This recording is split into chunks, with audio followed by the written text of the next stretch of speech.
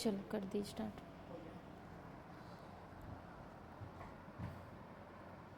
चलिए, स्वागत है सभी का साध्य पेशे एकेडमी के इस यूट्यूब प्लेटफॉर्म पर। और जितने भी अभ्यर्थी शिक्षक भर्ती की तैयारी कर रहे हैं, बिल्कुल हमारे सेशन के साथ जुड़ जाइएगा, क्योंकि आज का सेशन आप लोगों के लिए बहुत ही ज़्यादा महत्वपूर्ण होने वाले हैं। तो बिल्कुल आपके जो साथी है, कोई भी आपके फैमिली मेम्बर है, अगर शिक्षक भर्ती की तैयारी कर रहे हैं और बिल्कुल अगर वो सिलेक्शन चाहते हैं, तो हमारे साथ जुड़ करके बेहतरीन तरीके से आप बिल्कुल तैयारी कर सकते हैं। क्योंकि हम जितने भी थ्योरी क्लासेस पढ़ते हैं तो कोई मतलब नहीं है जब तक अगर हम प्रैक्टिस नहीं लगाते।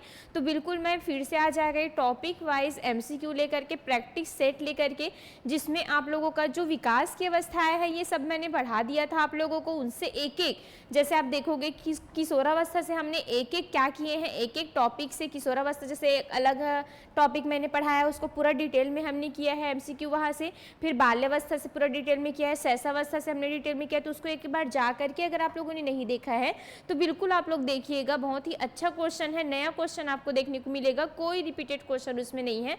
वैसे ही आज हम पढ़ने वाले हैं नैतिक विकास के बारे में। ठीक है, किसके बारे में आज पढ़ने वाले हैं भाई हम? नैतिक विकास के बारे में। तो चलिए फिर जल्दी से सभी जुड़ जाएंगे। ठीक है, आज हम बिल्कुल कौन से विकास के बारे में पढ़ने वाले हैं? नैतिक विकास के बारे में। तो सभी को पता है भाई नैतिक विकास क्या होता है, मोरल क्या बोलते हैं, जिसको डेवलपमेंट बोलते हैं। तो सबसे पहले तो हम नैतिक विकास के बारे में जानते हैं कि नैतिक विकास क्या होता है। ठीक है, जुड़ गए सभी? चलिए जल्दी जल्दी जुड़ेंगे सभी को वेरी वेरी गुड मॉर्निंग। ठीक है,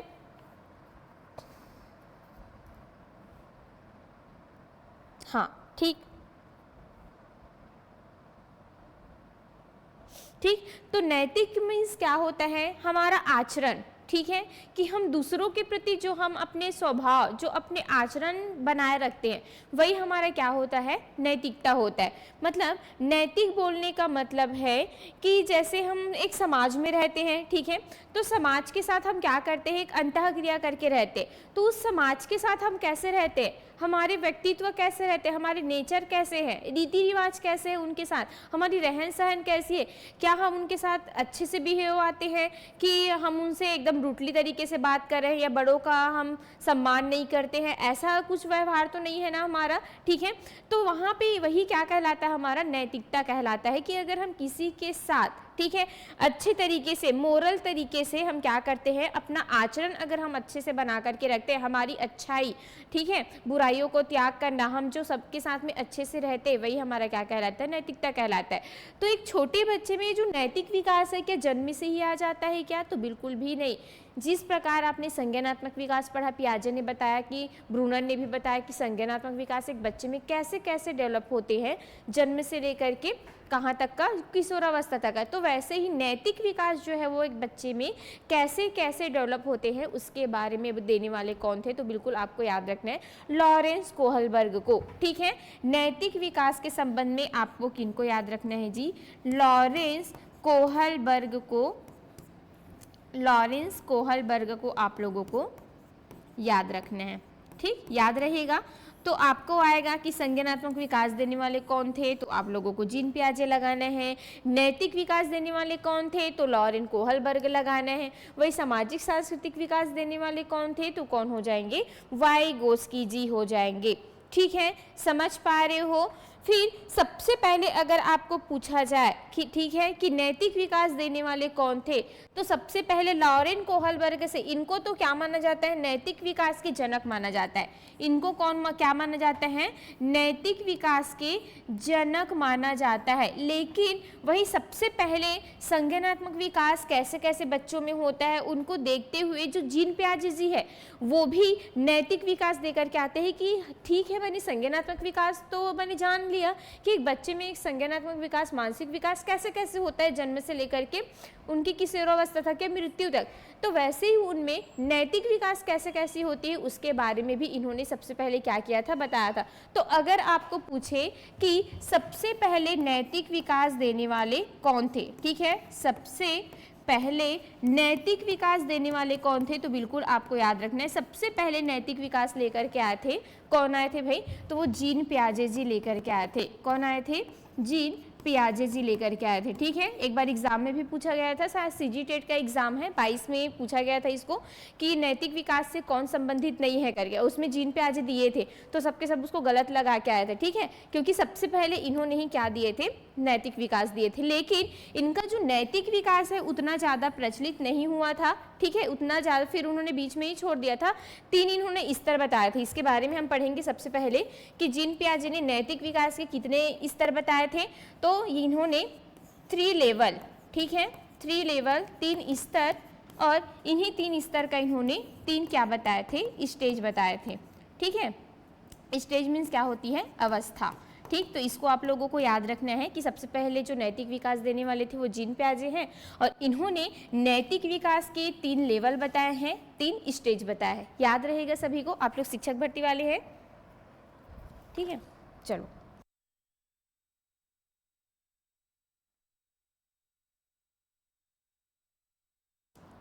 तो सबसे पहले नैतिक विकास देने वाले याद रहेगा सभी को, कौन हो जाएंगे, जीन पियाजे हो जाएंगे। ठीक है, इन्होंने नैतिक विकास के 3 स्तर बताए हैं और कितने स्टेज बताए हैं, 3 ही अवस्था बताए।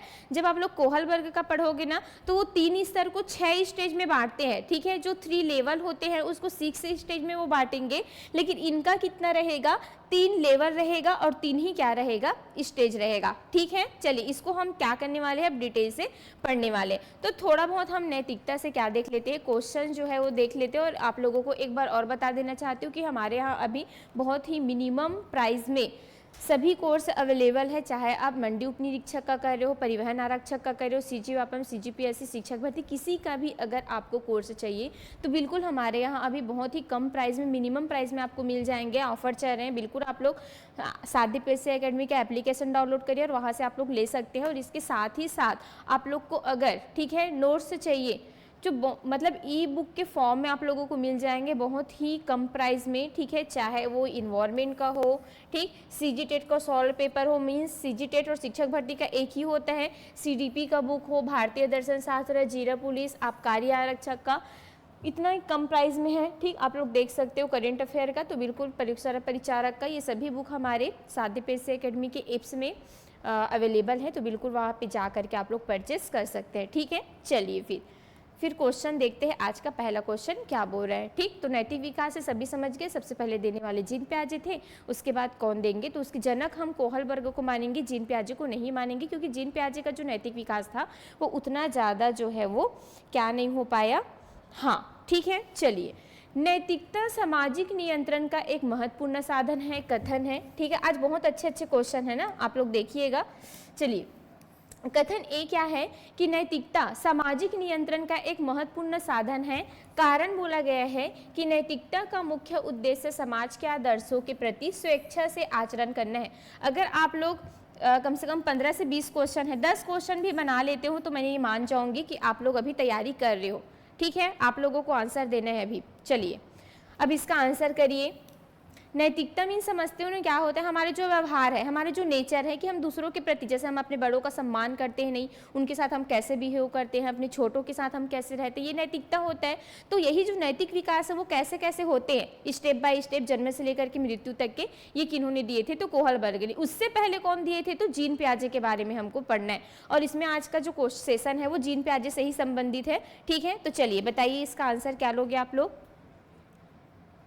नैतिकता सामाजिक नियंत्रण का एक महत्वपूर्ण साधन है, बिल्कुल सही है, क्योंकि देखो हम सामाजिक प्राणी हैं, एक दूसरे से हम इंटरएक्ट करते हैं। ठीक है, तो वहाँ पे नैतिकता होनी भी बहुत ज़्यादा जरूरी है। ठीक, कारण क्या बोला गया है कि नैतिकता का मुख्य उद्देश्य समाज के आदर्शों के प्रति स्वेच्छा से क्या करना है, आचरण करना है। बिल्कुल, कि जो भी हमारे समाज में क्या बनाए गए हैं, नियम है, रूल है, कानून है, या हमारे समाज के प्रति जो हमारे लिए अच्छी अच्छी चीज़ें हो रही है उसका हमको क्या करना है, आदर करना है, सम्मान करना है, उनके प्रति स्वेच्छा से क्या करना है, आचरण करना है। तो यहाँ पे दोनों के दोनों, ठीक, तो मैंने क्या बताया था, कथन और कारण वाले क्वेश्चन को आपको कैसे सॉल्व करना है। यहाँ पे आप लोगों को क्योंकि लगाना है, या तो फिर आप लोग देखते हो कि कथन जो है वो कारण का एक मिनी क्या होता है, शॉर्ट फॉर्म होता है। जैसे नैतिकता सामाजिक नियंत्रण का एक महत्वपूर्ण साधन है, क्योंकि यहाँ पे लगा के देखो इनका आंसर मिल रहा है कि नहीं। नैतिकता का मुख्य उद्देश्य समाज के आदर्शों के प्रति स्वेच्छा से आचरण करना, तो आंसर मिल रहा है। तो दोनों के दोनों क्या कर रहे हैं, बिल्कुल एक दूसरे की व्याख्या यहाँ पे इन लोग कर रहे हैं। ठीक, चलिए देखते हैं नेक्स्ट क्वेश्चन। कथन, सच बोलना, चोरी न करना और किसी को कष्ट न पहुंचाना नैतिक व्यवहार के उदाहरण है। ठीक, कारण क्या बोला गया है कि नैतिकता सामाजिक समूह के नैतिक नियमों को स्वीकार करने से संबंधित है। भाई चलिए आंसर करेंगे। ए आर दोनों सही है, आर ए की सही व्याख्या है। ए आर दोनों सही है परंतु आर ए की सही व्याख्या नहीं है। ए सही है, आर गलत है, कि ए गलत है, आर सही है? चलिए बताइए। तो बिल्कुल सही है। यहाँ पे क्या है? झूठ बोलना, चोरी न करना और किसी को कष्ट न पहुँचाना, ये हमारे नैतिक व्यवहार के उदाहरण है। बोलते हैं ना हमें नैतिकता है तभी हम सच बोलते हैं, चोरी नहीं करते। चोरी करनी अच्छी बात नहीं, आप लोग पढ़ोगे कोहलबर्ग का, ठीक है, कि हम किसी को कष्ट नहीं पहुंचा सकते, या कोई काम अगर हम किसी के लिए कर रहे हैं तो वो दंड या सजा से बचने के लिए होता है। तो बिल्कुल ये क्या है? हमारी नैतिकता होती है, नैतिक व्यवहार होते हैं। फिर ठीक है, कारण क्या पूछा गया है? नैतिकता सामाजिक समूहों के नैतिक नियमों को क्या करने के लिए है? स्वीकार करने से संबंधित है। तो बिल्कुल ये भी एक दूसरे का क्या कर रहे हैं? यहाँ पे व्याख्या कर रहे हैं। तो इसका सही आंसर यहाँ पे क्या हो जाएगा? ए हो जाएगा। ठीक है, चलिए नेक्स्ट क्वेश्चन हम देखते हैं। कथन है नैतिक विकास का अर्थ व्यक्ति में नैतिक भावनाओं, मूल्यों और व्यवहार का विकास होना होता है। ठीक, कारण क्या बोला गया है कि नैतिकता केवल बाहरी नियमों का पालन करना है, इसका व्यक्ति के आंतरिक भावों से कोई संबंध नहीं होता। तो चलिए इसका आंसर आप लोग क्या लगा रहे हैं जल्दी से बताएंगे, ऑफलाइन वाले भी, ठीक है। तो देखिए क्या बोला गया है कि नैतिक विकास का अर्थ व्यक्ति में नैतिक भावना, मूल्यों और व्यवहार का विकास करना होता है। ये तो बिल्कुल सही हो जाएगा भाई। चलिए क्योंकि लगा के देखते हैं। क्योंकि नैतिकता केवल, अब देखो यहाँ पे तो यहाँ पे सही हो ही नहीं सकता क्योंकि केवल दिया है। ये तो सीडीपी का सबसे बड़ा क्या होता है? निगेटिव की पॉइंट होता है। केवल ही जोर देने वाली बातें, ठीक है। तो नैतिकता केवल बाहरी नियमों का पालन करना है क्या? बिल्कुल भी नहीं। नैतिकता जो है वो आंतरिक रूप से आती है, ये कभी भी बाहरी नियमों को पालन करने संबंधी नहीं होती है। अगर आप में नैतिकता है तो वो अंदर से ही रहेगी, ठीक है। जैसे हम लोग बोलते हैं ना कि अगर आप लोग देखते हो कि 0 से लेकर के 7 वर्ष तक के बच्चों में बिल्कुल भी नैतिकता का अभाव पाया जाएगा, ठीक है। उनका जो नैतिकता है वो बाह्य आवरण से कैसे रहेगा? प्रभावित रहेगा कि अगर जो बड़े बोल रहे हैं वही चीज जो है ये बच्चा क्या करता है? करता है। आंतरिक रूप से कभी भी इनका जो नैतिकता है वो प्रभावित यहाँ पे नहीं होता। तो यहाँ पे नैतिकता केवल बाहरी नियमों का पालन करेगा क्या? नहीं, बल्कि आपको याद रखना है कि नैतिकता जो है वो क्या है जी? आंतरिक होता है, कभी भी ये बाहरी नहीं होता। इसका व्यक्ति के आंतरिक भावों से संबंध नहीं होता, बिल्कुल भी नहीं। यहाँ तो सरासर ही गलत हो जाएगा क्योंकि हमारी नैतिकता जो होती है हमारे आंतरिक आचरण से ही संबंधित होते। नैतिकता हमेशा अंदर से आती है। ऐसा नहीं कि दिखावा करने के लिए आप नैतिकता करते हो। आप किसी का आदर कर रहे हो, किसी का सम्मान कर रहे हो, ठीक है। आप झूठ नहीं बोल रहे हो, किसी को कष्ट नहीं पहुंचा रहे हो, आप चोरी नहीं कर रहे हो, तो वह अंदर से आती है। ऐसा नहीं कि आपको कोई बाहर बोल दिया तो आप वहाँ पे नहीं करे, वो नैतिकता नहीं हो सकती। वैसे में आप बाह्य रूप से कैसे रहते हो? प्रेरित होते हो। जैसे हम पढ़ते हैं ना बाह्य अभिप्रेरणा, आंतरिक अभिप्रेरणा करके, तो वैसे यही भी ऐसा होता है, ठीक है। तो यहाँ पे क्या हो जाएगा? कथन ए सही है लेकिन आर यहाँ पे क्या हो जाएगा? गलत हो जाएगा। चलिए तो ए सही है पर आर क्या है भाई? यहाँ पे गलत है, ठीक। तो जिन्होंने भी सी आंसर लगाया होगा एकदम सही हो जाएगा सबका आंसर, ठीक। नेक्स्ट क्वेश्चन देखिए। फिर नेक्स्ट है क्वेश्चन कि नैतिक विकास के संबंध में निम्नलिखित कथनों पर आपको विचार करना है। नैतिक विकास वह प्रक्रिया है जिसके द्वारा व्यक्ति समाज के मान्य आदर्शों और नैतिक मापदंडों को अपने व्यवहार में अपनाता है। नैतिकता स्वप्रेरित होती है। नैतिक विकास में केवल भावनात्मक पक्ष का महत्व होता है, बौद्धिक पक्ष नहीं होता है। कि नैतिक विकास के द्वारा बालक भलाई, बुराई तथा सत्य असत्य में अंतर करना सीखता है। तो यहाँ पे क्या बोला गया है कि के है नैतिक। चलिए क्या आंसर लगा रहा है? पहले तो आप लोग आंसर बताइए, उसके बाद हम लोग फिर देखेंगे जीन पियाजे ने नैतिक विकास को कितने स्तरों में बांटा था। तो मैंने पहले ही बता चुका है कि जीन पियाजे ने नैतिक विकास को 3 स्तर दिए थे नैतिक विकास का, कि बच्चे जो है वो 3 स्तर से होकर के गुजरता है और 3 ही स्टेज ही उन्होंने दिया था, ठीक। तो नैतिक विकास वह प्रक्रिया है जिसके द्वारा व्यक्ति समाज के मान्य आदर्शों और नैतिक मापदंडों को अपने व्यवहार में अपनाता है। बिल्कुल जी, ये तो एकदम सही हो जाएगा कि समाज के जो भी आदर्श है, हमारे मापदंड है, उनको अपने व्यवहार में हम लाते, वही तो हमारा नैतिक विकास होता है। ठीक है, नैतिकता स्वप्रेरित होते हैं, हाँ, कभी भी ये बाह्य प्रेरित नहीं होगा। अगर मैं बोलूं कि आप में नैतिकता है तो आंतरिक रूप से होगी, न कि बाह्य रूप से। ठीक है, ये कभी भी बाह्य रूप से प्रेरित नहीं होती है। नैतिकता जो होती है वह हमेशा आंतरिक रूप से प्रेरित होती है। नैतिक विकास में केवल भावनात्मक पक्ष महत्व होता है क्या? बिल्कुल भी नहीं। और यहाँ पे ये बोल दिया गया है कि बौद्धिक पक्ष का नहीं, बिल्कुल भी नहीं। इसमें आपके भावनात्मक के साथ साथ आपके बौद्धिक पक्ष का भी क्या होता है, बहुत बड़ी भूमिका होती है। ठीक है, तो यहाँ पे ये भी क्या हो जाएगा, आपका गलत हो जाएगा। नैतिक विकास के द्वारा बालक भलाई बुराई तथा सत्य असत्य में अंतर करना सीखता है। बिल्कुल सही है कि अगर आप में नैतिक विकास हो गया है तो आप यहाँ पे आपके लिए भला क्या है, बुरा क्या है, और अगर आपके समाज आपका खिलाफ है, आपके खिलाफ है या आपके हित में कोई काम नहीं कर रहा है, तो उस काम, जो क्या है, नियम है, रूल है, कानून है, उसको आप तोड़ने की भी क्या रखते हो, वहाँ पे हिम्मत रखते हैं। तो यहाँ पे भी ये क्या हो जाएगा, सही हो जाएगा। तो जिसमें भी एम दिख रहा है वो तो आंसर नहीं हो सकता। तो बिल्कुल इसका आंसर, जिन्होंने भी ए लगाया होगा, सभी का आंसर क्या हो जाएगा भाई, सही हो जाएगा। ठीक है, चलिए, वेरी गुड। नेक्स्ट क्वेश्चन हम देखते हैं।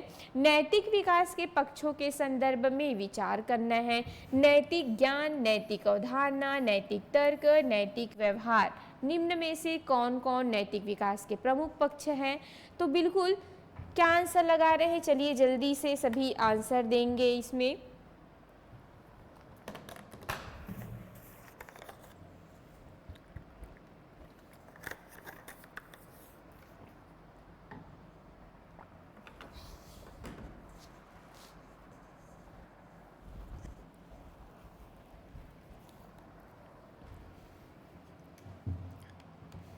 ठीक, तो देखिए, नैतिक विकास के पक्ष के संदर्भ में नैतिक ज्ञान भी एक सही है। नैतिक ज्ञान इसके अंतर्गत आता है कि हम में जितना ज़्यादा नैतिक ज्ञान होती है, हमारी नैतिकता उतनी ही अच्छे से क्या होती है, डेवलप होती है। कॉन्सेप्ट, जब तक आपको मोरल कॉन्सेप्ट समझ में नहीं आएगा तो कोई मतलब ही नहीं है, तो ये भी इसका क्या है, एक पार्ट है। नैतिक तर्क, ठीक है, जो मोरल क्या है, आपकी रीजनिंग है, ये भी होना चाहिए। और एक क्या हो जाएंगे, आपके नैतिक व्यवहार। तो सभी के सभी जो है वो नैतिक विकास के क्या है, प्रमुख पक्ष है। तो KLMN जो है वो क्या है, आपके नैतिक विकास के सभी प्रमुख पक्ष है। तो जिन्होंने भी यहाँ पे C आंसर लगाया है, उस सभी का आंसर क्या हो जाएगा, सही हो जाएगा। नैतिक विकास के बारे में निम्न पक्षों पर विचार रखना है। नैतिक विकास के द्वारा क्या बोला गया है कि नैतिक विकास बालक के समाजीकरण का महत्वपूर्ण अंग है। नैतिकता का संबंध केवल व्यक्तिगत हित से होता है, समाज से नहीं होता है, बोल रहे जी। आत्मचेतना के द्वारा बालक उचित अनुचित का अंतर समझने लगता है कि नैतिक विकास में इच्छाओं और दायित्वों के संघर्ष को नियंत्रित करना भी शामिल है। तो देखिए यहाँ पे के सही हो जाएगा, क्यों? क्योंकि नैतिक विकास बालक के समाजीकरण का महत्वपूर्ण अंग होता है कि हमको समाज में रहना है, तो वहाँ पे हमारी नैतिकता भी बहुत ज़्यादा क्या होती है, मायने रखती है। ठीक है, तो बिल्कुल इसका एक भाग है, एक पार्ट है। नैतिकता का संबंध केवल व्यक्तिगत हित से नहीं होता है, ये सामाजिक हित से भी होता है, क्योंकि हम एक सामाजिक प्राणी हैं। और यहाँ पे दिया है ना कि समाजीकरण का महत्वपूर्ण अंग है करके, तो समाज से यहाँ पे नहीं होता बोला गया, तो ये यहाँ पे क्या हो जाएगा, गलत हो जाएगा। ठीक है, आत्मचेतना के द्वारा बालक उचित अनुचित का अंतर समझने लगता है, तो ये भी एकदम सही हो जाएगा कि अगर हम में नैतिकता आ गई आंतरिक रूप से, तो बिल्कुल वहाँ पे हम ये जान जाते हैं कि हमारे लिए सही क्या है, गलत का क्या है। ठीक है, कि अगर आपको कोई चीज़ अच्छी नहीं लगती तो आप नियम रूल को तोड़ते हो कि नहीं तोड़ते हो, क्योंकि उस समय आपकी आत्मचेतना में एक बात उठती रहती है कि नहीं यार, अगर ये मेरे अकॉर्डिंग है। जैसे एक हमारे यहाँ क्या कर लिए रहते हैं, समाज में एक नियम चलता है, रूल चलता है कि हम अपने ही कास्ट के लड़कियों के साथ क्या करेंगे, विवाह करेंगे। ठीक है, तो वहाँ पे क्या होता है कि अगर आपको दूसरे कास्ट की लड़की पसंद आ गई, तब आप क्या करोगे, उसके साथ शादी करना है, तो आपके घर में नहीं मान रहे हैं, तब आप क्या करते हो कि नहीं, मैं उसके बिना नहीं रह सकता, वही मेरी ज़िंदगी है, तो आप उसको क्या कर लेते हो, शादी कर ले तो अपने घर के खिलाफ जा कर के या समाज के खिलाफ जा कर के, है ना, भगा लेते हो कि नहीं। तो यही चीज़ होती है। तो आप वहाँ के नियम कानून को क्या कर लेते हो, तोड़ लेते हो। आपके लिए ये होता है कि आत्मचेतना आपका वहाँ पे काम करता है और ये बोलता है कि नहीं यार, अगर मेरी खुशी के ये समाज मेरी खुशी नहीं देख रही तो मैं इसकी क्यों खुशी देखूं, मैं इसको क्यों मानूं, मैं अपने ही मर्जी से क्या करूंगा, शादी करूंगा, भाड़ में जाए समाज। और बिल्कुल आप क्या करोगे, वहाँ पे समाज का जो भी नियम कानून होता है उसको क्या कर देते हो, उल्लंघन करते हो। ठीक है, तो यहाँ पे यही है कि आत्मचेतना के द्वारा बालक उचित अनुचित का अंतर क्या करने लगता है, समझने लगता है कि उनके लिए समाज के जो नियम है कानून है वो क्या सही है क्या गलत है। अगर उनके हित में नहीं हो रहा है तो बिल्कुल वहाँ पे प्रॉपर उस चीज़ को तोड़ने का भी क्या रखता है वहाँ पे, बिल्कुल। हाँ ठीक, चलिए, नैतिक विकास में इच्छाओं और दायित्वों के संघर्ष को नियंत्रित करना भी क्या है, शामिल है। ठीक, तो नैतिक विकास में अगर हमारा आत्मचेतन काम करता है तो बिल्कुल हम अपनी इच्छाओं और दायित्व के संघर्ष को भी हम क्या कर सकते हैं, नियंत्रित कर सकते हैं। तो जिसमें भी एम है उसको काट दो क्योंकि ये गलत है। ठीक है, अच्छा एल गलत है ना, कौन सा गलत है, एल गलत है। ठीक है, जिसमें भी एल है उसको काट दो। तो यहाँ पे सही आंसर जो है वो कौन सा हो जाएगा, ए हो जाएगा। और जितने लोगों ने ए आंसर लगाया है सभी का आंसर यहाँ पे क्या हो जाएगा भाई, सही हो जाएगा। ठीक है, चलिए नेक्स्ट क्वेश्चन देखते हैं। फिर नैतिक विकास के संबंध में निम्न कथनों पर विचार करना है। नैतिक विकास के 3 मुख्य पक्ष हैं, नैतिक भावना, नैतिक व्यवहार और नैतिक निर्णय माने जाते हैं। हेलन बी के अनुसार नैतिक विकास के 3 पक्ष होते हैं। पियाजे और कोहलबर्ग ने नैतिक व्यवहार की अपेक्षा नैतिक निर्णय पर अधिक बल दिया है। ठीक है, तो चलिए नैतिक विकास के 3 मुख्य पक्ष कौन कौन से हैं, तो एक नैतिक भावना है, एक नैतिक व्यवहार है और एक नैतिक निर्णय। ठीक है, किन्होंने कहा था ये तीनों के बारे में, तो हेलन बीके ने कहा था कि नैतिक विकास के कितने पक्ष होते हैं, 3 पक्ष होते हैं। कौन कौन से, एक नैतिक भावना, एक नैतिक व्यवहार और एक नैतिक निर्णय। ठीक, तो एक स्टेटमेंट भी बनता है, एक परिभाषा भी बनता है कि परिभाषा जो है वो किनकी देन है। तो आपको याद रखना है कि जो नैतिक विकास है इनके 3 मुख्य भाग है, ऐसा बोलने वाले कौन थे, तो आपको याद रखना है हेलन बी ने नैतिक भावना, नैतिक व्यवहार और नैतिक निर्णय कहा है। 3 उनके क्या है, पक्ष है। ठीक है, फिर ये भी सही हो जाएगा। पियाजे और कोहलबर्ग ने नैतिक व्यवहार की अपेक्षा नैतिक निर्णय पर अधिक बल दिया है, तो ये भी बिल्कुल सही हो जाएगा कि इन्होंने व्यवहार के अपेक्षा करते हुए उनकी जगह सबसे ज़्यादा किन पर, अगर आपने, ठीक है, नैतिक निर्णय अच्छे से ले लिए, किनके, व्यवहार के जगह आपने नैतिक निर्णय अच्छे से लेना आपको आ जाता है तो बिल्कुल वहाँ पे आपकी नैतिकता जो है वो, नैतिकता का पूरी तरीके से विकास हो गया, नैतिक विकास पूरे उच्च लेवल का हो गया। ऐसा कौन मानते हैं, तो वाइगोस्की और आपके जीन पियाजे मानते हैं। ठीक है, तो इसका क्या आंसर लगा रहे थे आप लोग, 3 लगा रहे थे। ठीक, पहला, दूसरा, तीसरा, ये तीनों के तीनों क्या हो जाएंगे जी, यहाँ पे सही हो जाएंगे। ठीक है, चलिए नेक्स्ट क्वेश्चन देखते हैं। जीन पियाजे के नैतिक विकास के सिद्धांत के संदर्भ में निम्न कथनों पर विचार करना है। ठीक, अब चलो आ गया जीन पियाजे वाला क्वेश्चन। पियाजे ने नैतिक विकास को 3 स्तरों में विभाजित किया है। विषम विधिक नैतिकता का संबंध लगभग 4 से 8 वर्ष की आयु से है। इस अवस्था में बालक नियमों को अपरिवर्तनीय मानता है। तो चलिए थोड़ा सा हम जीन पियाजे के जो नैतिक विकास है वहाँ पे चलते हैं। ठीक है, तो बिल्कुल आपको याद रखना है, सबसे पहले नैतिक विकास देने वाले, मैं आप लोगों को बार बार बोल रही हूँ कि सबसे पहले जो नैतिक विकास दिए थे वो कौन थे, जीन पियाजे थे। इनकी एक बुक आई थी, बुक का नाम था the moral judgement of the child. ठीक है, तो आपको मोरल देख के बिल्कुल भी कोहलबर्ग नहीं लगाना है, क्योंकि सबसे पहले जीन पियाजे ने नैतिक विकास दिया था, तो इन्होंने ही ये बुक, अपनी जो बुक है, कौन सा book, the moral judgement of the child, इसमें जो नैतिकता है, जो नैतिक विकास है वो बच्चों में कैसे कैसे होता है, तो इनके कितने स्तर बताए थे, 3 स्तर। ठीक है, चलिए देख लेते हैं कि वो 3 स्तर कौन कौन से हैं। तो सबसे पहले आपको याद रखना है विषम विधिक नैतिकता। कौन सी विधिक नैतिकता, तो पहला आपको याद रखना है विषम विधिक नैतिकता। ठीक है, अब विषम है तो इसी को इंग्लिश में क्या बोलेंगे, इंग्लिश में आप लोग याद रखोगे तो ज़्यादा याद रहेगा। ठीक है, हेट्रोनॉमस मोरालिटी इसको हम बोलेंगे, क्या बोलेंगे इसको, हेट्रोनॉमस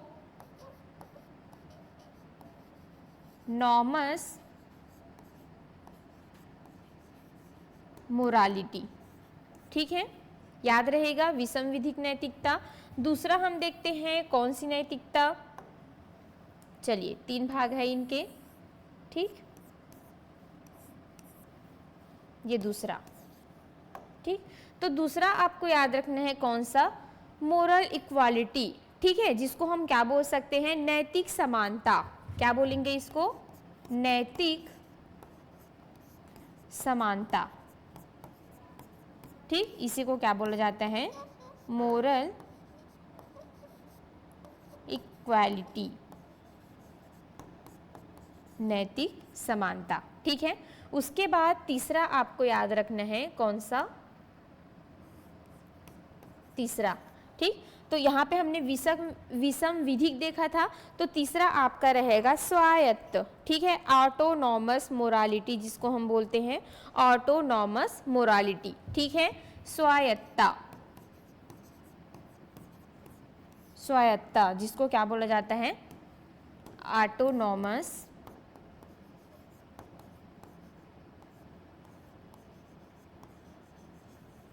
मोरालिटी।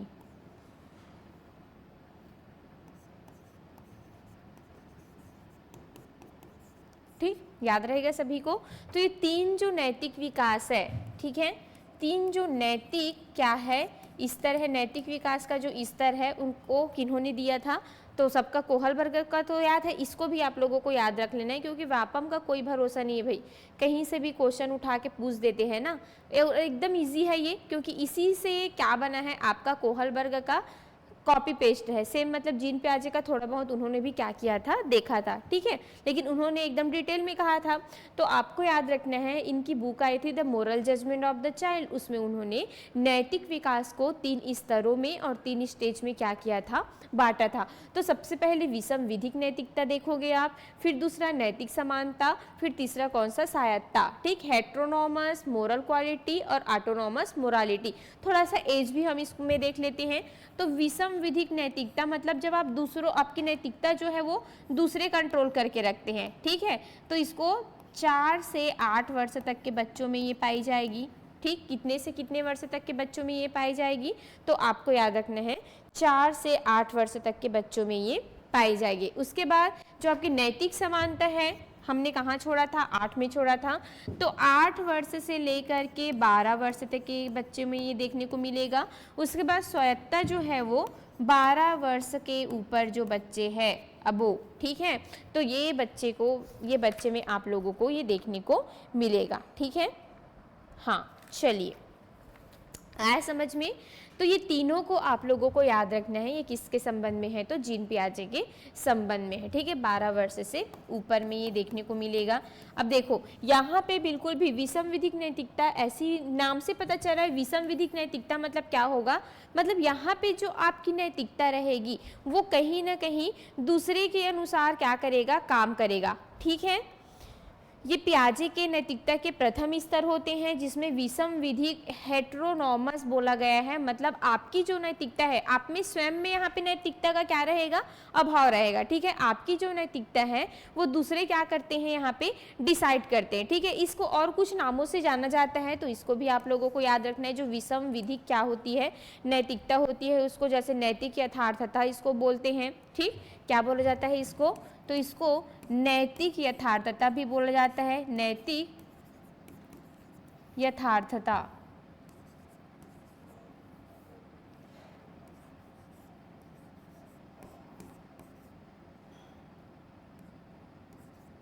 ठीक, नैतिक यथार्थता इनको बोला जाता है। और क्या बोल देते हैं, तो बिल्कुल आपको याद रखना, बाह्य नैतिकता भी बोला जाता है इसको। और क्या बोला जाता है, बाह्य नैतिकता बोला जाता है। एक और आपको याद रखना है, इसको अपरिवर्तनशील नैतिकता भी बोला जाता है, अपरिवर्तनशील नैतिकता भी बोला जाता है। ठीक है, अब क्यों बोला जाता है नैतिक यथार्थता, क्योंकि जो जो हमको दिखाई दे रहा है, जो हमारे सामने वाले बोल रहे हैं, वही हमारे लिए सारी चीजें होती है। नैतिक यथार्थता, बाह्य नैतिकता मतलब जो आपकी नैतिकता है वो बाह्य रूप से कैसे रहेगा, प्रभावित रहेगा। आपके मम्मी पापा, जो आपके आसपास में समाज है, वही लोग आपकी नैतिकता डिसाइड करेंगे।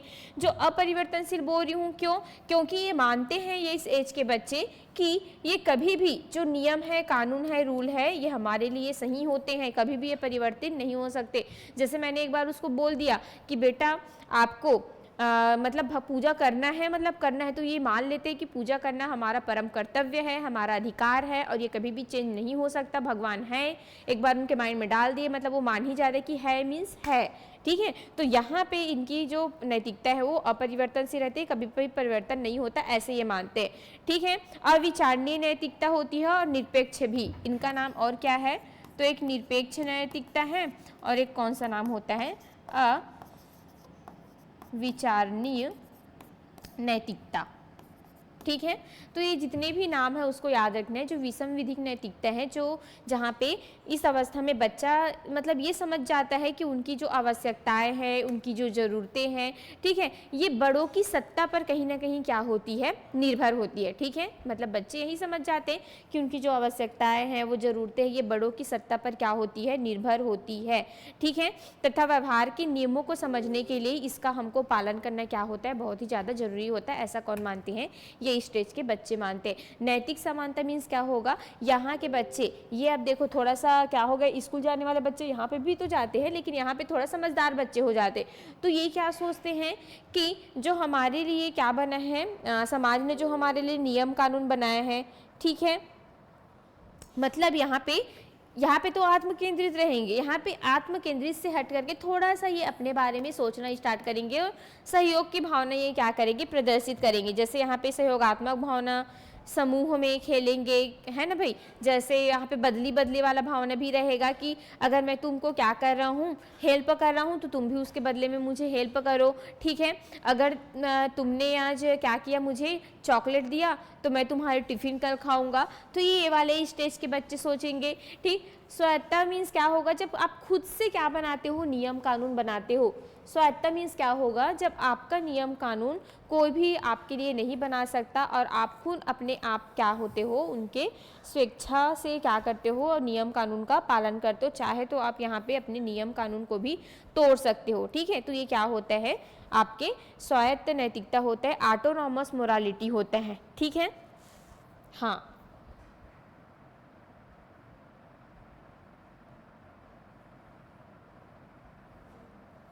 ठीक। तो यहाँ पे वही है, आप लोग देखते हो कि ये किशोरावस्था के बच्चे हैं, तो किशोरावस्था के बच्चे हैं तो इसमें अमूर्त चिंतन स्टार्ट हो जाती है, ठीक है। तर्क विकसित हो जाते हैं अच्छे से, तो ये तार्किक चिंतन कर लेते हैं, अमूर्त चिंतन कर लेते हैं, तो उनको ये समझ में आ जाता है कि उनके लिए क्या सही है, क्या गलत है।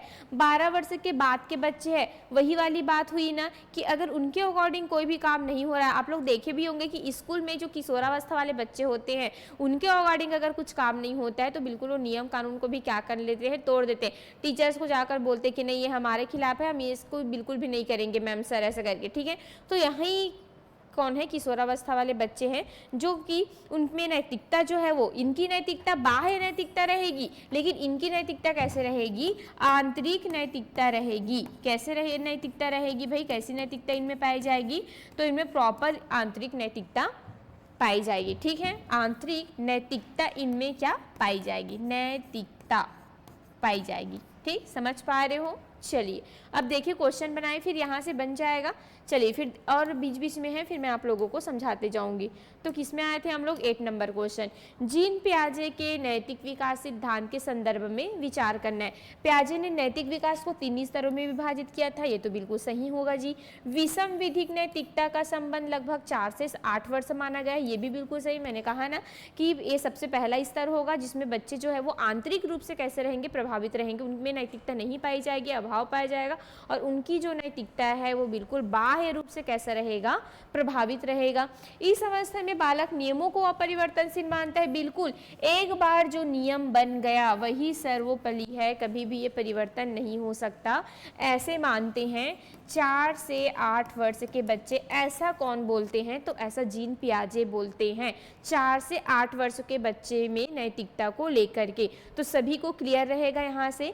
तो 4 से 8 वर्ष के बच्चे में कौन सी नैतिकता पाई जाएगी? तो इसमें विषम विधिक नैतिकता, ठीक है, हेट्रोनॉमस क्या पाई जाएगी? मोरालिटी इसमें पाई जाएगी। तो यहाँ पे 1 2 3 सभी क्या हो जाएंगे? बिल्कुल सही हो जाएंगे। और जिन्होंने भी यहाँ पे बी आंसर लगाया होगा, वेरी गुड, सभी का आंसर क्या हो जाएगा? सही हो जाएगा। ठीक है, चलिए, विषम विधिक नैतिकता जो हेट्रोनॉमस मोरालिटी है उसके संबंध में कथन आपको सही चुनना है जी। इसे नैतिक यथार्थता भी कहा जाता है, इसे बाह्य नैतिकता भी कहा जाता है। इसमें बालक नियमों को स्वयं बनाता है क्या? सही कूट का आपको चयन करना है। तो चलिए भाई, क्या आंसर लगा रहे हैं विषम विधिक नैतिकता के बारे में? तो जो विषम विधिक नैतिकता है जस्ट अभी हमने पढ़ा 4 से 8 वर्ष वाली होगी और ये जीन पियाजे के सबसे पहली ही स्तर होगी। ठीक है, जिसमें नैतिक यथार्थता भी कहा जाता है। तो ये भी बिल्कुल सही हो जाएगा। इसको अभी जस्ट मैंने बताया ना, इसका अलग अलग नाम है। ठीक, बिल्कुल नाम को अच्छे से आप लोगों को याद रख लेना है। नैतिक यथार्थता भी कहा जाता है क्योंकि दूसरे नियम कानून बनाते हैं। बाह्य नैतिक क्योंकि इनकी नैतिकता बाह्य रूप से प्रेरित रहता है। अपरिवर्तनशील मानते हैं बच्चे, कभी भी ये परिवर्तन नहीं हो सकता। नियम रूल कानून निरपेक्ष होता है और अविचारणीय यहाँ पे होता है। तो ये विषम विधि क्या हो जाएगी? यहाँ पे नैतिकता हो जाएगी। ठीक है, तो चलिए देख लेते हैं कहाँ है वो क्वेश्चन। ठीक, तो नैतिक यथार्थता भी कहा जाता है, बिल्कुल सही। इसे बाह्य नैतिकता भी कहा जाता है, बिल्कुल सही है। इसमें बालक नियमों को स्वयं बनाता है क्या? ये गलत हो जाएगा भाई। मैंने क्या कहा? जब इसको हम बाह्य नैतिक बोल रहे हैं, इनकी नैतिकता बाह्य रूप से प्रेरित होती है, तो ये नैतिक को स्वयं कहाँ से बनाएंगे? स्वयं किस में बनाते हैं? वो स्वायत्ता में। ठीक है, जो ऑटोनॉमस होता है उसमें बनाते हैं, ना कि आपके हेट्रोनॉमस में। तो यहाँ पे ये जो 3 है वो गलत हो जाएंगे, पहला और दूसरा यहाँ पे सही है। तो बिल्कुल जिन्होंने भी यहाँ पे ए आंसर लगाया होगा, वेरी गुड, सभी का आंसर क्या हो जाएगा जी? एकदम सही हो जाएगा। ठीक है, चलिए फिर लास्ट में सभी मुझे काउंट करके भी बताइएगा कि आपका जो क्या है क्वेश्चन है। ठीक है, 15 या 20 क्वेश्चन है, उसमें से आपने कितने क्वेश्चन का जवाब सही दिया है और कितने क्वेश्चन का जवाब गलत दिया है। और बिल्कुल अगर आप लोगों को क्लासेस अच्छी लग रही होगी तो बिल्कुल जोर से लाइक ठोक दीजिएगा। ठीक है, और चैनल में नए आए होंगे तो ऐसे ही क्वेश्चन के लिए आप लोग सब्सक्राइब करके रखिएगा हमारे साध्य PSC एकेडमी को। और अगर ये आप लोगों को PDF चाहिए आंसर वाइज, तो बिल्कुल आप साध्य PSC एकेडमी का जो हमारा एप्लीकेशन है उसको आप लोग डाउनलोड कर लीजिएगा। वहाँ पे बिल्कुल ये आप लोगों को फ्री मिल जाएगा। साथ ही साथ आप लोगों को साध्य PSC एकेडमी का जो टेलीग्राम है उसको भी क्या करके रखना है? ज्वाइन करके रखना है। ठीक है, तो चलिए यहाँ पे ये तीसरा जो है वो क्या हो जाएगा? गलत हो जाएगा जी। नेक्स्ट हम देखते हैं नैतिक समानता, मोरल इक्वालिटी। अब ये कौन सा स्टेज है? तो ये तो दूसरा स्टेज हो जाएगा। दूसरा स्टेज बोलो चाहे दूसरा स्तर बोलो, सेम ही है। ठीक है, उन्होंने 3 स्टेज ही बताया है और 3 स्तर ही बताया है। ठीक, इस अवस्था में लगभग 7-8 वर्ष से 12 वर्ष तक की होती है। इस अवस्था में बालक सहयोगात्मक व्यवहार करने लगता है। इस अवस्था में बालक नियमों को बिल्कुल अपरिवर्तनीय मानता है। तो चलिए बताएंगे सही आंसर इसमें आप लोग क्या लगा रहे हैं।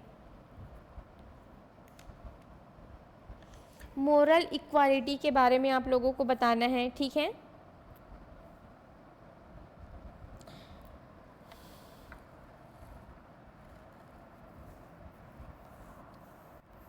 ठीक, तो ये भी कौन सी वाली? इक्वालिटी मीन समझ रहे हो ना, समानता। और किसकी समानता? कि अगर ठीक है मैं आपके लिए कुछ कर रहा हूँ तो बदले में मुझे भी चाहिए। मैं आपके लिए इतनी मेहनत कर रही हूँ, इतने अच्छे अच्छे क्वेश्चन ला के दे रही हूँ, तो बिल्कुल इसके बदले में आपको लाइक क्या करना है? क्लास को करना है। तो ये क्या है? हमारे लिए इक्वलिटी का काम कर रहा है यहाँ पे। तो नैतिक समानता के अंतर्गत बिल्कुल यहाँ पे 8 से 12 वर्ष के बच्चे आते हैं। क्यों? क्योंकि ये जो जीन पियाजे है उनकी दूसरी अवस्था होगी भाई। ठीक, पहले में तो हमने 4 से 8 देखा था, तो दूसरी अवस्था में 8 से 12, और उसके बाद जो अवस्था होती है जो स्वायत्तता वाली, वो कितने 12 वर्ष मतलब 12 प्लस वाले बच्चे वहाँ पे आ जाएंगे। इस अवस्था में बालक सहयोगात्मक व्यवहार करने लगता है, बिल्कुल सही बताया था ना मैंने। और इस अवस्था में बालक नियमों को बिल्कुल अपरिवर्तनशील मानता है। नियमों को अपरिवर्तनशील कौन मानता है? तो नियमों को अपरिवर्तनशील जो ऑटोनॉमस वाले बच्चे, सॉरी जो हेट्रोनॉमस वाले बच्चे हैं, विषम विधिक वाले बच्चे हैं, वो मानते हैं, ना कि आपके ये वाले बच्चे नैतिक समानता वाले बच्चे। ये क्या मानते हैं कि अगर जैसे आपके हित में कोई काम नहीं हो रहा है तो बिल्कुल आप नियम को वहाँ पे प्रॉपर तरीके से क्या कर सकते हो, तोड़ सकते हो, कोई बुरी बात नहीं है। ऐसा कौन मानते हैं? जो नैतिक समानता वाले बच्चे हैं वो। ठीक है, समान काम। हाँ, अगर जैसे हिंज वाली स्टोरी है या तो फिर और कुछ चीज़ें कि अगर मुझे भूख लग रहा है और मेरे पास पैसे नहीं हैं तो मैं बिल्कुल चोरी करके खा सकता हूँ। मैं अपने पेट के किसके लिए, पेट के लिए चोरी कर सकता हूँ, इसमें कोई मतलब बुराई नहीं है, तोड़ सकता हूँ मैं नियम कानून को। ऐसा कौन मानते हैं? तो इस अवस्था के बच्चे मानते हैं। परिवर्तनशील होता है इनके लिए, न कि अपरिवर्तनशील। ठीक है, तो जहाँ पे 1 और 2 आंसर आप लोगों ने लगाया होगा वो क्या हो जाएगा, एकदम सही हो जाएगा जी। नेक्स्ट क्वेश्चन हम देखते हैं, स्वायत्त नैतिकता में बालक स्वतंत्र नैतिक निर्णय लेने लगता है, क्योंकि कारण पहला है कि इस अवस्था में बालक अमूर्त चिंतन करने लगता है।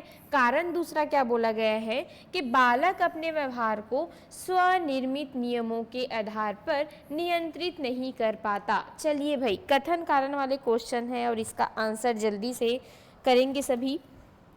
तो क्या बोला गया है कि यहाँ पे 2 कारण दिया हुआ है। ठीक है, 2 कारण दिया है, देखो ये कथन है। ठीक, ये क्या है, कथन है।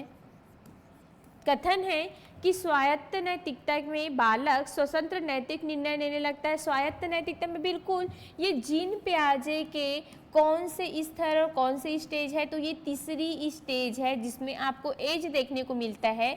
12 प्लस के बच्चे होते हैं, मतलब कहीं ना कहीं वो किशोरावस्था वाले बच्चे हैं, उनके पास बहुत बौद्धिक मानसिक क्या हो जाता है, विकास अच्छे से हो जा रहता है, नैतिक विकास भी भरपूर तरीके से इसमें होने लग जाता है, और ये तो पूरे नियम कानून को ही काया पलट देते हैं। ठीक है, तो कारण पहला क्या बोला गया है कि इस अवस्था में बालक अमूर्त चिंतन करने लगता है, बिल्कुल सही है। 12 प्लस है, किशोरावस्था है, तो अमूर्त चिंतन तो करेंगे ही करेंगे। कारण 2 में क्या बोला गया है कि बालक अपने व्यवहार को स्वनिर्मित नियमों के आधार पर नियंत्रित नहीं कर पाता। अब यहाँ पे क्या बोला गया है कि एक तो वो स्वयं से नैतिकता बनाता है, स्वयं से आंतरिक रूप से नैतिक में नैतिकता के लिए क्या होता है, ये प्रेरित होता है, स्वयं ये क्या बनाते हैं, अपने लिए नियम कानून बनाते, दूसरे को ये नहीं मानते।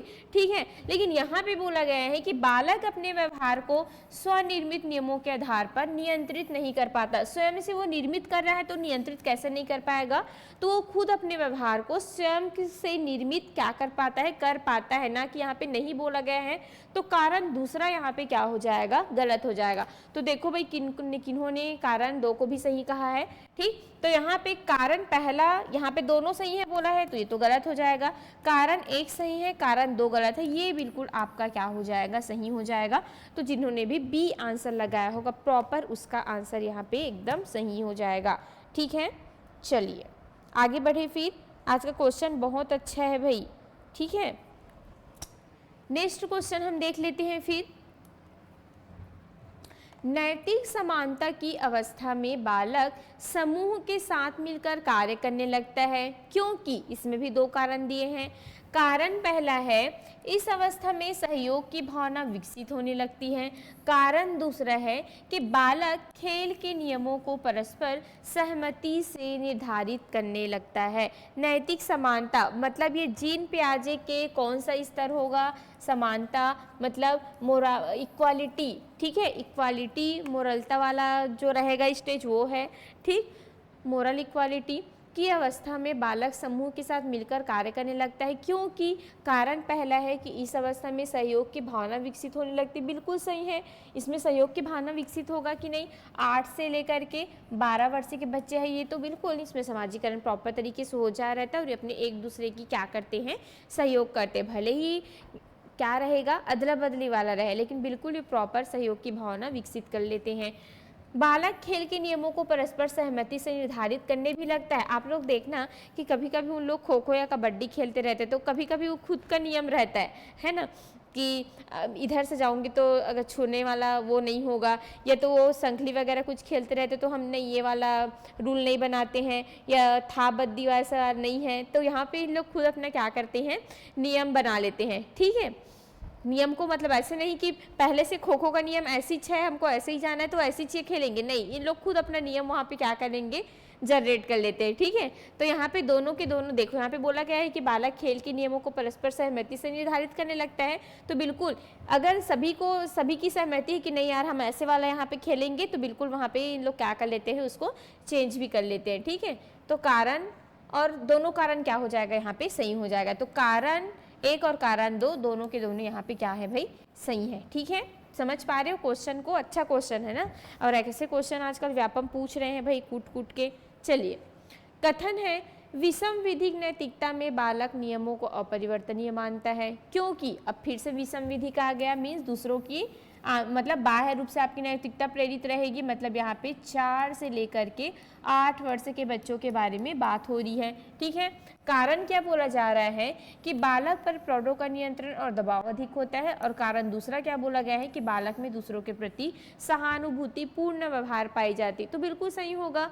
अपरिवर्तनशील क्यों मानता है, क्योंकि भाई वो 4 से 8 वर्ष के बच्चे हैं, तार्किक चिंतन का विकास अभी अच्छे से नहीं हो पाया है उनमें, और ये मानते हैं कि अगर हम यहाँ पे आए हैं और हमारे मम्मी पापा ने हमारे लिए जो नियम कानून बनाए हैं तो बिल्कुल वही हमारे लिए सब चीज़ है, ये कभी भी चेंज नहीं हो सकता। तो कारण एक भी सही हो जाएगा कि बालक पर प्रौढ़ों का नियंत्रण होता है, जो मम्मी पापा बोलेंगे वही बालक करेंगे। दबाव भी अधिक होता है, बिल्कुल सही होगा ये। ठीक है, बालक में दूसरों के प्रति सहानुभूति पूर्ण व्यवहार पाई जाती है, तो ये भी क्या हो जाएगा, बिल्कुल सही हो जाएगा। बालक में यहाँ पे देखो विषम विधिक बोला गया है। ठीक है, तो विषम विधिक नैतिकता में बालक नियमों को अपरिवर्तनीय मानता है, क्योंकि यहाँ पे बालक पर प्रौढ़ों का नियंत्रण और दबाव अधिक रहता है। कारण तो ए तो सही हो जाएगा। ठीक, दूसरे को देखते हैं कि बालक में दूसरों के प्रति सहानुभूति पूर्ण व्यवहार पाई जाती है, तो इसमें भी कहीं ना कहीं ये भी सही हो जाएगा कि 4 से 8 वर्ष के बालक, देखो वहाँ पे उनको बिल्कुल भी उनमें एक कपट वाली चीज़ नहीं पाई जाएगी। ठीक है, हमेशा वो क्या करते, देखो हेल्प करेंगे वो। अच्छा हाँ, तो यहाँ पे देखो सहानुभूतिपूर्ण व्यवहार अगर आपको पूछे तो ये सहानुभूति और सहयोगात्मक जो व्यवहार है वो दूसरे लेवल में पाया जाएगा ना, इसको आप लोगों को याद रखना है। ठीक है, हाँ इसमें नहीं पाया जाएगा। बालक में दूसरों के प्रति सहानुभूतिपूर्ण व्यवहार जो है वो दूसरे लेवल में पाया जाएगा, जो आपके मोरल इक्वालिटी है उसमें पाया जाएगा, क्योंकि उसमें वो समानता रख रहे हैं, सहानुभूति रखेंगे, यहाँ पे ये नहीं रखेंगे, तो आपके कारण जो है वो यहाँ पे क्या होंगे, गलत होंगे। दूसरा कारण गलत होंगे, पहला कारण ही सही होंगे। ठीक है, तो कारण एक सही है और कारण दो जो है वो यहाँ पे क्या हो जाएगा, गलत हो जाएगा। समझ पा रहे हो इसको? ठीक, हाँ यहाँ पे सहानुभूतिपूर्ण नहीं आएगा ना यहाँ पे, क्योंकि आप लोग देखोगे ना कि ये विषम विधिक के बारे में बोला गया है, हेटेरोनॉमस के बारे में, कि ये अपना नियम कानून जो है वो दूसरे के ऊपर डिपेंड होता है। तो यहाँ पे कहाँ से सहानुभूतिपूर्ण आ जाएगा, सहानुभूतिपूर्ण और सहयोगात्मक जो है वो किस में आएगा, जीन पियाजे के नैतिक विकास के दूसरे स्टेज में आएगा। समझ पा रहे हो आप लोग? हाँ चलिए फिर हम देखते हैं नेक्स्ट क्वेश्चन। कोहलबर्ग ने नैतिक विकास को 6 अवस्थाओं में विभाजित किया, क्योंकि कारण क्या बोला गया है, नैतिक चिंतन क्रमिक रूप से विकसित होता है, और कारण 2 में क्या बोला गया है कि नैतिक तर्क का संबंध न्याय की अवधारणा से होता है। चलिए भाई आंसर करेंगे सभी। कोहलबर्ग ने नैतिक विकास को 6 अवस्थाओं में विभाजित किया है। ठीक, तो थोड़ा सा इसमें कोहलबर्ग के भी बारे में आ गया है, तो अब हम पढ़ने वाले हैं कोहलबर्ग के नैतिक विकास के 6 स्तर को।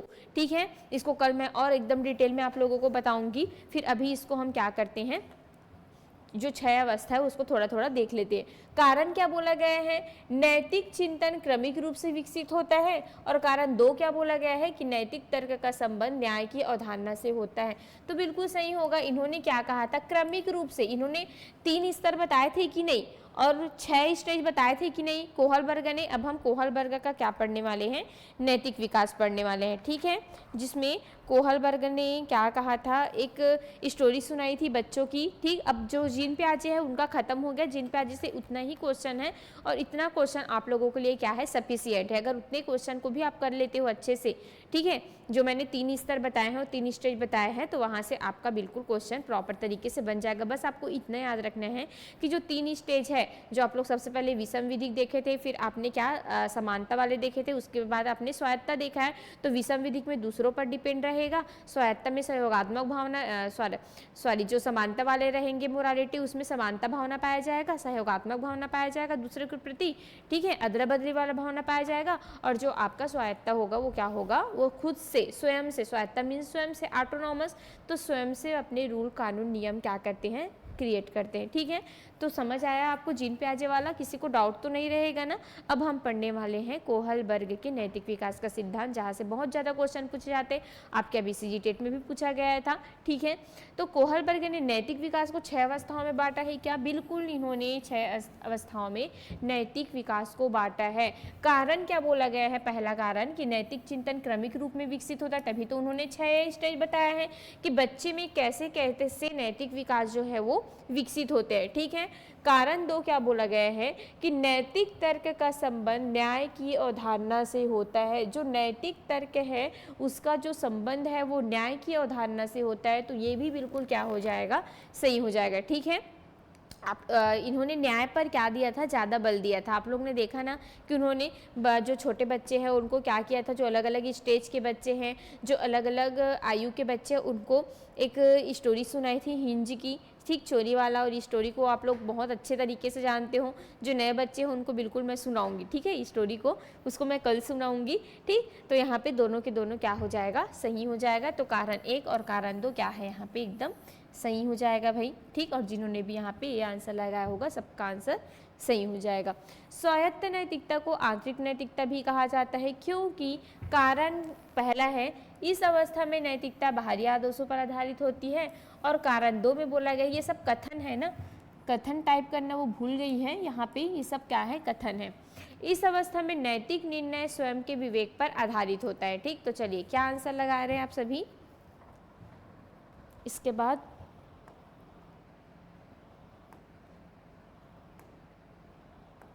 चलिए 2-3 क्वेश्चन और है ना।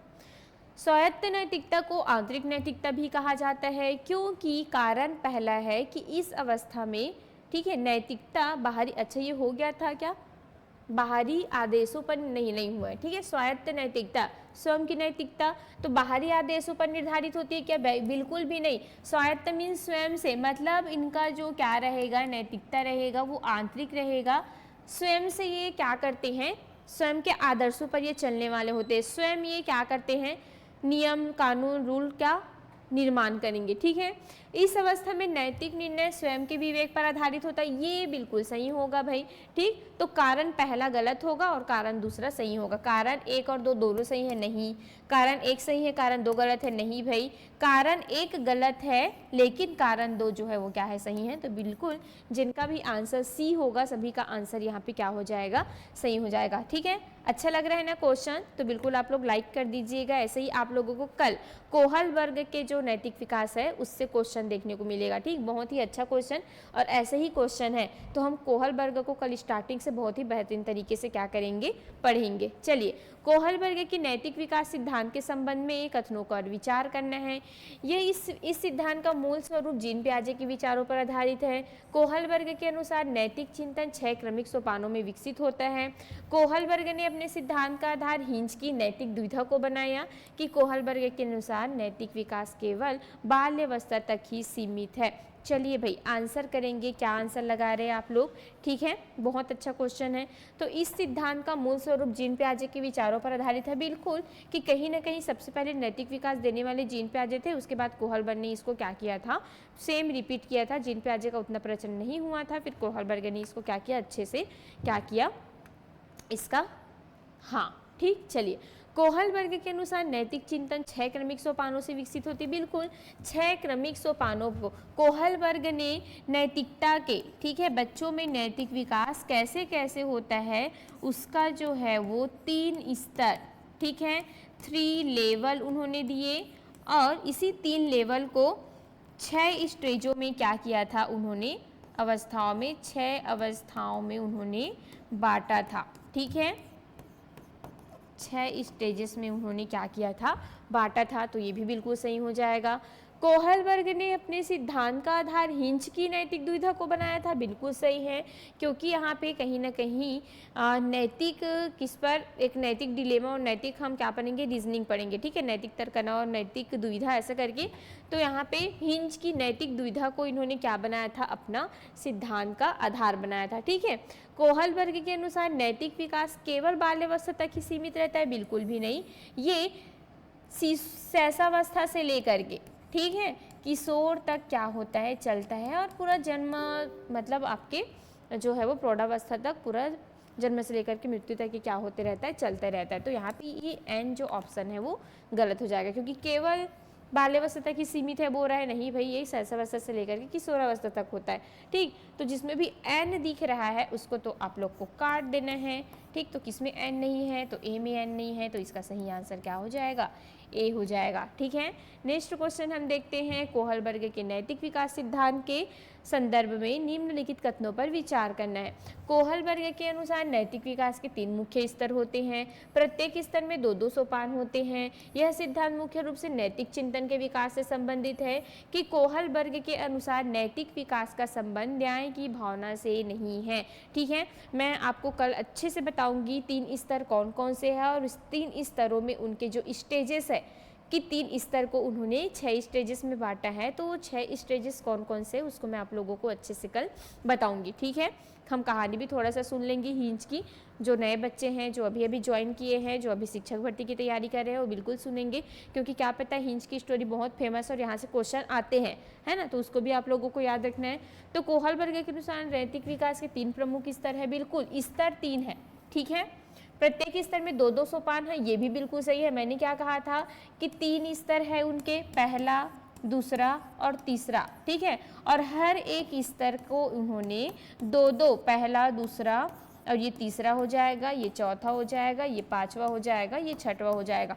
2-2 अवस्थाओं में हर स्तर को उन्होंने क्या किया है, बांटा है। ठीक है, यह सिद्धांत मुख्य रूप से नैतिक चिंतन के विकास से संबंधित है, तो बिल्कुल सही है।